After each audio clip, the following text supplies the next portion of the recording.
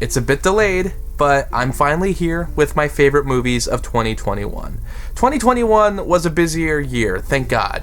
Movies are back, the theaters reopened, we saw larger event spectacles on the big screen, and we also got a larger swath of independent work at home and in theaters. I saw way more movies this year than 2020, so let's not waste any more time, let's get into it. As always, I have a few honorable mentions, which includes Ghostbusters Afterlife, a terrific return to the Ghostbusters series with a funny script, great new characters, and surprisingly heartwarming tributes. Shiva Baby, one of the funniest and most stress-inducing experiences that tells its story in a brisk 78 minutes. No Time to Die, the best so-called final Bond movie that a Bond actor has ever received, with Daniel Craig having the time of his life putting a solid cap to his franchise. Last Night in Soho, Edgar Wright's fun take on the 60s and 70s era of British thriller and horror movies set to an outstanding soundtrack and perfect pacing. And finally, Nobody, which is a dad's fantasy film featuring a terrific performance from Bob Odenkirk with the same wit and style of something like John Wick or Deadpool. I should also mention a couple documentaries I highly recommend. Bob Ross, Happy Accidents, Betrayal and Greed, Roadrunner, a film about Anthony Bourdain, and The Sparks Brothers. My number 10 is West Side Story. For all my favorite directors who are releasing a film in 2021, I had the least amount of anticipation for Steven Spielberg's first musical. A new adaptation of the classic stage production, which already became an Academy Award-winning film, this couldn't possibly turn out good in 2021. But with Spielberg's camera work, shooting style, editing, acting choices, and choreography, West Side Story is everything you want from a Broadway production brought to the big screen. It's epic in size, it focuses on the story and strong relationships, and gives us some of the best musical numbers I've seen in years. Number 9 is The Suicide Squad, a semi-sequel, semi-reboot from the mind of James Gunn that I never thought I would get. It packs in the humor, the style, the impressive effects, and surprising twists and turns that makes for a comic book movie that feels truly made for adults, while containing the childlike wonder of the superhero genre. A film that focuses on the relationships each character has with their parents and the gradual changes they experience as the events unfold. Truly funny and truly sincere.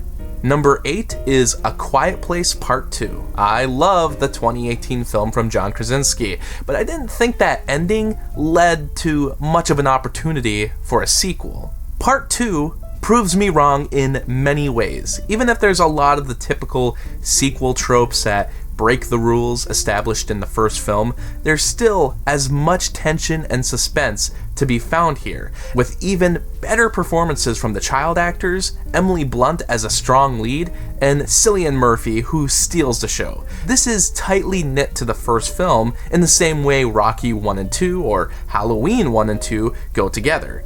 And while I'm left wondering if another sequel could be done, I'm ready for Krasinski to prove me wrong again in the future.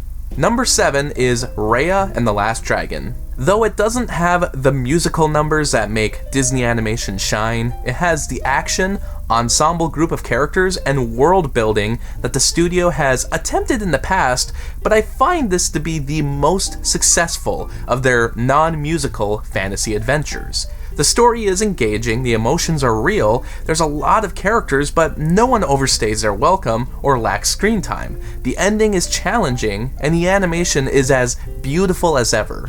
Number 6 is The Mitchells vs. the Machines. The premise sounds ridiculous on paper, but with Sony Animation in charge and producers Phil Lord and Chris Miller, I should have never doubted any of the creators behind this immediate family classic. With a unique animation style, your eyes stay glued to the screen as a mix of 2000s internet humor clashes perfectly with the modern problems of technology and family dilemmas. The relationship between Katie and her father is relatable to so many, and leads to one of the most emotional surprises of 2021.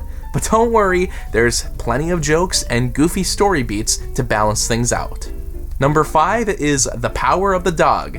I expected a low-key Oscar bait production with this one, but what I didn't expect was the psychological horror hidden beneath the Western archetypes. The immediate personalities of the characters will throw you for a loop, because while you think you have an idea of where the story is headed, there's enough nuance to lead to several surprises. And while filmed in an area of wide, empty plains, Kirsten Dunst and Cody Smith-McPhee's characters feel trapped, creating a claustrophobic experience. Top it off with great performances all around and hidden messaging for every viewer to dig into, Jane Campion's film remains one of my most discussed watches this year. Number 4 is Spider-Man: No Way Home.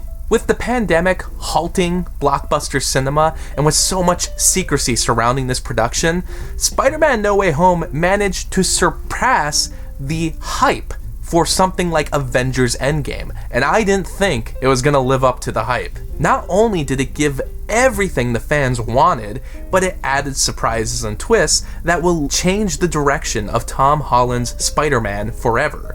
Everything that could be bad fan service instead becomes a chance for the actors and creators to evolve the 20-year history of Spider-Man on the big screen. Jamie Foxx and Alfred Molina are having a good time, but Willem Dafoe's return as the Green Goblin takes over the movie and manages to be better than his original iteration. Holland gives his best performance yet, and we get to spend more time with MJ and Ned. And of course, we get to see Andrew Garfield and Tobey Maguire, who turn a paycheck role into a satisfying continuation of their original runs, with Garfield especially stealing the show. Tons of emotion, tons of thrills, and surprisingly, it's not overstuffed, even though I have yet to mention Doctor Strange, the biggest movie of 2021 and the most delivering. Number 3 is Luca. I call this Pixar's Little Movie That Could, because based on the trailer, it didn't seem to have much going for it, but it's one of the sweetest, most enduring, and relaxing films of 2021. The characters are innocent and relatable, and this environment makes you wish you could be there. This has a timeless appeal that pays tribute to the charm of Fellini and Roman Holiday. You never want the adventure to end. It's so satisfying, you don't even question that major plot point about sea monsters who become human on dry land. This has plenty of great comedic moments, but the strong relationships and throwback to childhood is what does it for me. Number 2 is Licorice Pizza. Honestly, I didn't even think I would get a chance to see this movie before making the list, but luckily, it finally made its way to my city, and it was one of my favorite movie-going experiences, period. From the moment it begins, you're sucked into the world of these characters and the San Fernando Valley of the 1970s. It's a style all its own, featuring numerous great cameo appearances from Sean Penn, Tom Waits, but especially Bradley Cooper's insane turn on producer John Peters. With the main focus on the two leads, Elena Haim and Cooper Hoffman, their toxic relationship is done so well, it becomes increasingly too relatable, and is destined to become the most misunderstood aspect for years to come. With one of the all-time best soundtracks and a smart screenplay that shows rather than tells, this is, to me, the best Paul Thomas Anderson film since There Will Be Blood, if not my favorite of his work altogether. However, my favorite film of 2021 is...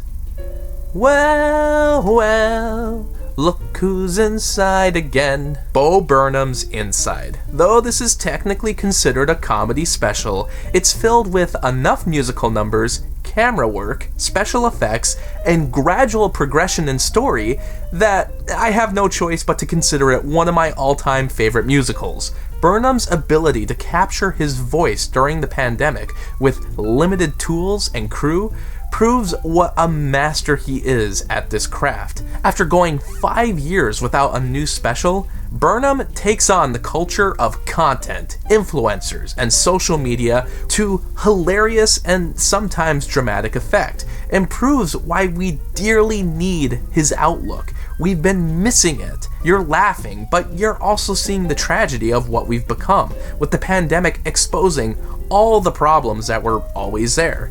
I've had the songs on repeat. Seeing this in the early hours of its Netflix premiere and eventually seeing it in a packed theater, this is easily one of my favorite projects and stands as a perfect snapshot of the craziest period in modern history. Well, that's my list for 2021. Let me know your favorite films of 2021. Let me know what you think should have made my list, and let me know what you think of these movies. And also, let me know what you're anticipated for in 2022. And thanks so much for watching. Thanks for watching the video, and special shout out to Lauren, Anthony, Anna, Kirsten, Spencer, Lucas, Ryan, and Robert for supporting me on Patreon. By joining my Patreon, you can get exclusive blogs and videos, and for just $7, you can get your own monthly movie review. I hope you stick around, cinephile, and have a happy, productive day.